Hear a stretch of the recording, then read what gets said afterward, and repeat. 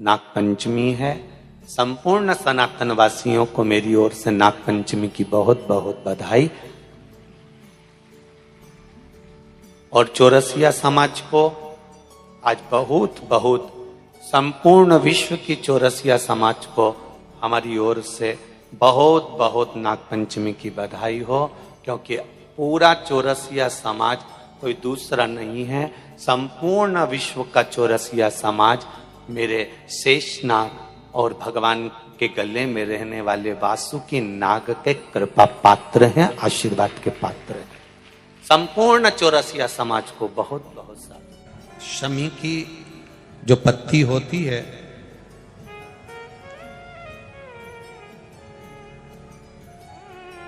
शमी की जो पत्ती होती है,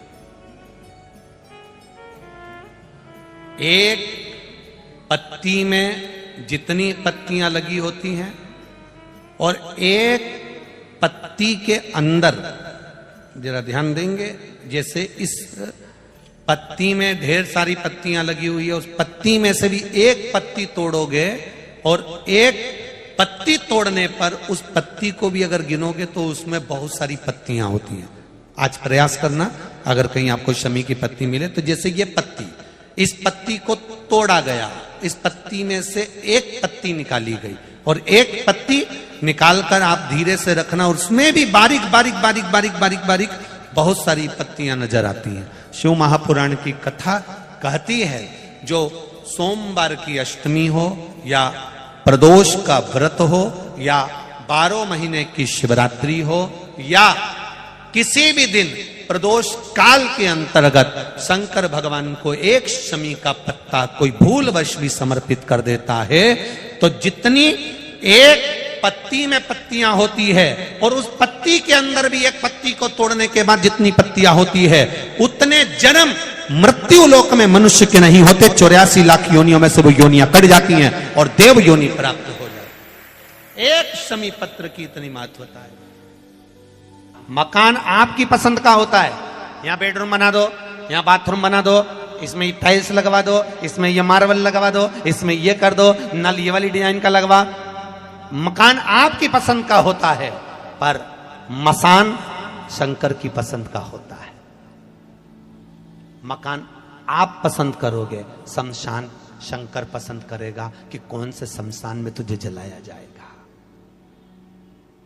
कौन से मशान में तुझे ले जाया जाएगा, वो पसंद करेगा। और पूरी जिंदगी निकल जाती है लोगों की। एक दूसरे को नीचा दिखाने के चक्कर में हर बार कहता है मेरा समय आन दे तब बताऊंगा इसको तुम्हें। क्या बोलता है? अरे बोलो तो जम के। क्या बोलता है? मेरा समय आन दे जब दिखाऊंगा। कई माताएं कह देती मेरा समय आन दे जब बताऊंगी इसको तो अच्छी। समय आन दे।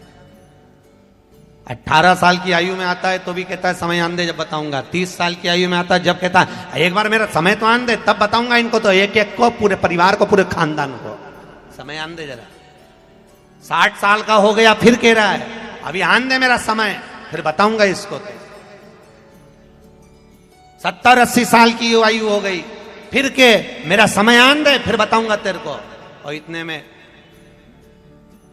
चक्कर आए, नीचे गिर गया, हॉस्पिटल लेकर गए, डॉक्टर ने आईसीयू में पटका और डॉक्टर बाहर निकलकर बोला इनका समय आ गया।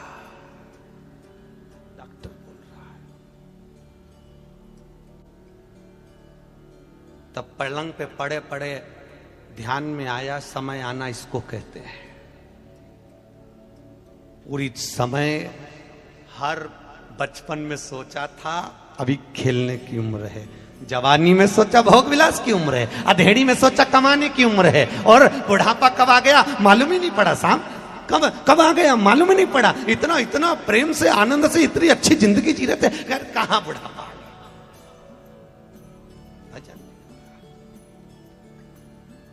अभी क्या करें? कई लोग कहते हैं अभी कोई भजन करने की उम्र है, अभी थोड़ा समय आए जब करना। जोड़ो, अभी तो काय की उम्र है, खूब कमा कमा के जोड़ो, खूब जोड़ो। खूब जोड़ो, खूब जोड़ो, और आखिरी में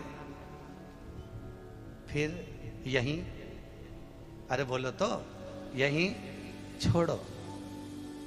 और इतना जोड़ जोड़ के मरा, आखिरी में इतना बड़ा फोटो दीवार पे टंगा,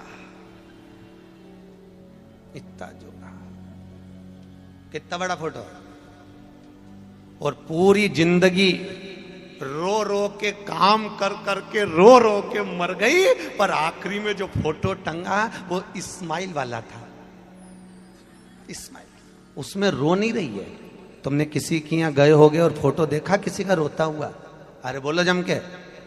जित्तों की दीवार पर किसी सेठ के यहाँ, किसी अन्य व्यक्ति के यहाँ, किसी के यहाँ भी तुम जाना, तुम्हारे घर में ही देख लेना, अगर तुम्हारे दादा परदादा का किसी का फोटो लगाओ तो रोता हुआ था, भले उनने रोते हुए जिंदगी निकाल दी, भले रो रो के मर गए, पर जब भी फोटो टंगा इस्माइल का, और उसमें भी एक माला टंग रही, वो भी प्लास्टिक की, और ऊपर से चल रही हवा, और माला यूं यूं झूल रही, और अम्मा इस्माइल दे रही। क्यों माला क्यों झूलती है और माँ इस्माइल क्यों देती है? वो अम्मा फोटो में टंगी टंगी इसलिए इस्माइल देती है क्योंकि हम भी जोड़ जोड़ के मर गए, यहाँ टंगा, एक दिन तू भी यहीं टंगेगी, तुझे भी यहीं टंगा, जोड़, और आखिरी में छोड़। इससे तो अच्छा ये भागवत ज्ञान गंगा यज्ञ समिति, ये बहुत चतुर है, इन्होंने सोचा भैया आखिरी में यहीं छोड़ना, इससे अच्छा कथा भागवत कराओ, सत्संग कराओ, और आग लगे बस्ती में अपन रहो, मस्ती में क्या करना। और मौका दिया आपको ये भागवत ज्ञान गंगा यज्ञ समिति ने कि थोड़ा धन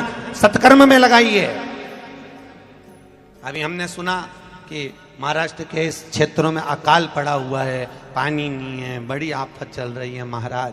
तो ये आखिर पड़ा तो पड़ा क्यों, इसका कारण क्या है? अरे बोलो तो सही। नरसिंह मेहता तो जहां अकाल पड़ा था वहां भजन गाने बैठता था तो पानी टपका देता था। जरूर मुझे लगता है तुम्हारे भजन में कमी हो गई, इसलिए भगवान ने भी हाथ रोक लिया। तुम भजन करो, वो देने में कमी नहीं करेगा, ये पक्का है। उसके यहाँ हिसाब किताब बराबर है, बिल्कुल समय समय पर भजन करो, दिखावे का भजन नहीं होना, भजन करो। दुकान पर बैठकर जो तुम कमाओगे, हम फिर निवेदन करेंगे। कई लोग दुकान पर बैठे बैठे सोचते हैं, कई लोग कहते हैं महाराज जी हमारी तो दुकान तक आवाज आ रही है, इसलिए हमको आने की जरूरत ही नहीं पड़ती, हम कथा में इसलिए नहीं आते, हमारे यहाँ तक आवाज आ रही। हमने कहा तुम्हारे यहाँ तक आवाज आ रही तो तुम कथा में नहीं आओगे? नहीं। तो हमने कहा भागवत जी पढ़ी है कि नहीं? सुनी है कि हाँ? तो हमने कहा भागवत जी में भगवान कृष्ण के पास में रुक्मणी जी ने पत्र भेजा था, याद है आप लोगों को? तब भगवान कृष्ण के पास जब पत्र गया तो भगवान कृष्ण ने रुक्मणी के पत्र को पढ़कर कहा कि ब्राह्मण देवता रुक्मणी जी से जाकर कह दो तू श्रृंगार करके जगदम्बा के मंदिर पहुंच जा, मैं तुझे लेने पहुंच जाऊंगा। सही है कि गलत है? अरे बोलो जम के। हाँ, हुंकारा भरते जाओ, मालूम पड़ते जाए मेरे को कि सही है। तू जगदम्बा के मंदिर पहुंच, मैं तुझे लेने पहुंच जाऊंगा। भगवान ने ब्राह्मण देवता से ही कहा था कि तू तैयार होके ओटले पे खड़ी मिलना। भगवान ने ये कहा था कि तू तैयार होके छत पे मिलना।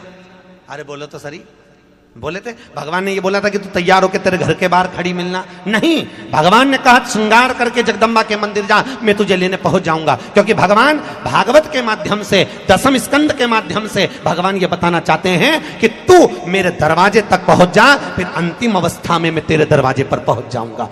तेरे मंदिर में आना मेरा काम है और मेरी बिगड़ी बनाना तेरा काम है। हमें पहले उसके दरवाजे जाना पड़ेगा। दुकान पर बैठकर जो कमाया वो परिवार वालों के लिए कमाया, और इस कथा के पंडाल में बैठकर जो तुम कमाई कर रहे हो राम नाम, कृष्ण नाम, शिव नाम की, ये किसी दूसरे की नहीं है, ये अपनी कमाई है। वहां जो कमाया वो यहीं छूट जाएगा, और यहाँ 3 घंटे जो तुम भगवान का भजन कर रहे हो ये वहां तक जाएगा, ये छूटना नहीं है, वहां तक लेकर जाएगा। घबराना मती। तुम सब शिव भगवान की कथा सुने हो, अगर दिक्कत भी आए तो शंकर को याद करो, डोलो मत। क्यों? और जब शरीर साथ देता था तब कथा में नहीं गई, तब नहीं गई कथा में। घर से फुर्सत नहीं मिली, टाइम नहीं महाराज, टाइम नहीं। भगवान भी सोचे तेरे पास अभी टाइम नहीं, घर छूट नहीं दिया तो अगला जन्म तेरा छिपकली का पक्का, एकदम पक्का। क्योंकि जिससे घर नहीं छूटे तो छिपकली से भी घर नहीं छूटे।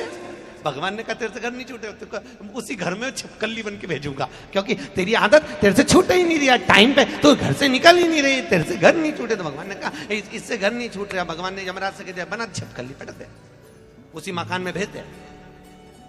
जिस हॉल में रहती थी, जिस कमरे में रहती थी, वहीं चिपकी, और पूरी आंख खोल खोल के देख रही सबको, चिपकी चिपकाई, दीवार पे चिपकी और वहीं से देख रही सबको, सबको बोल नहीं रही कुछ भी, बस देख रही है।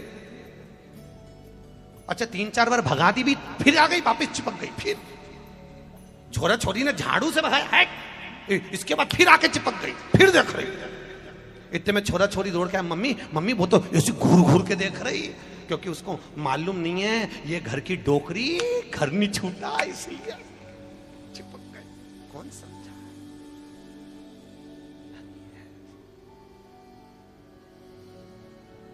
कौन कौन बनना चाहता है छिपकली बता दो, आज बिल्कुल पक्का कर ले अपन।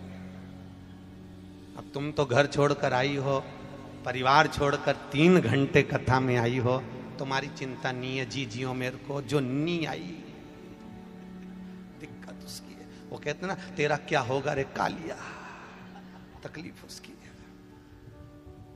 दिक्कत तुम्हारी पड़ी, तुम्हें टेंशन लेने की जरूरत है। तुम मस्त, अब तो तुम 7 दिन की कथा सुनने के बाद तुम्हारी मर्जी पड़े घर छोड़ो मत छोड़ो, तुम तो भगवान का बस घर में भी रहना ना, तो जपते रहना ओम नमः शिवाय, ओम नमः शिवाय, हरे हरे भोले।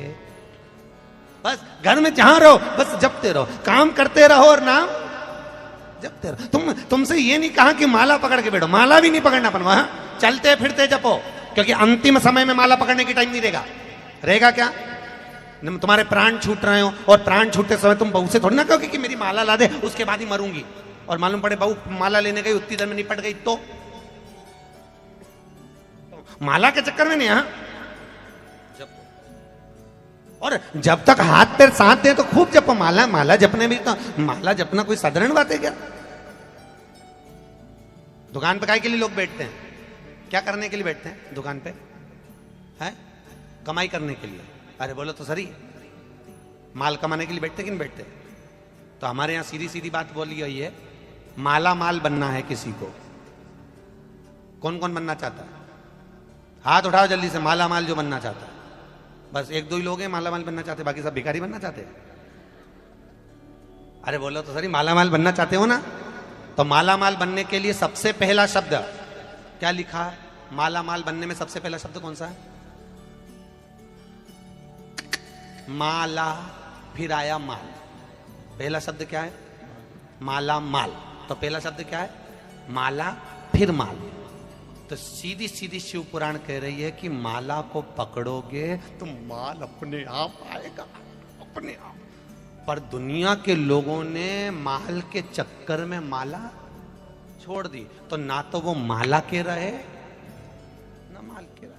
अब आपको अगर माला माल बनना है तो माला पकड़ने की जरूरत नहीं, केवल माला के रूप में भगवान का भजन करो, भगवान का नाम जाप करो और भगवान को जपते रहो। तुम्हारी मर्जी पड़े राम जपो, तुम्हारी मर्जी पड़े कृष्ण जपो, तुम्हारी मर्जी पड़े ऋषभ जपो, तुम्हारी मर्जी पड़े शिव जपो, तुम्हारी मर्जी पड़े पांडुरंगा जपो, तुम्हारी मर्जी पड़े कृष्ण जपो। तुम्हारे मन जिसमें रम जाए, तुम्हारा चित्त जिसमें रमे, तुम्हारा मन जिसकी ओर आसक्त हो जाए, तुम उसको भजो। क्योंकि संत तुलसीदास बाबा ने लिख दिया, कलयुग केवल, क्या बोले हैं? कलयुग केवल राम नहीं, क्या बोले? नाम।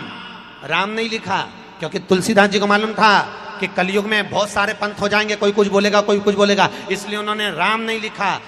भजन करिए, चित्त धरिए, स्मरण करिए, जपो जपाओ, जपते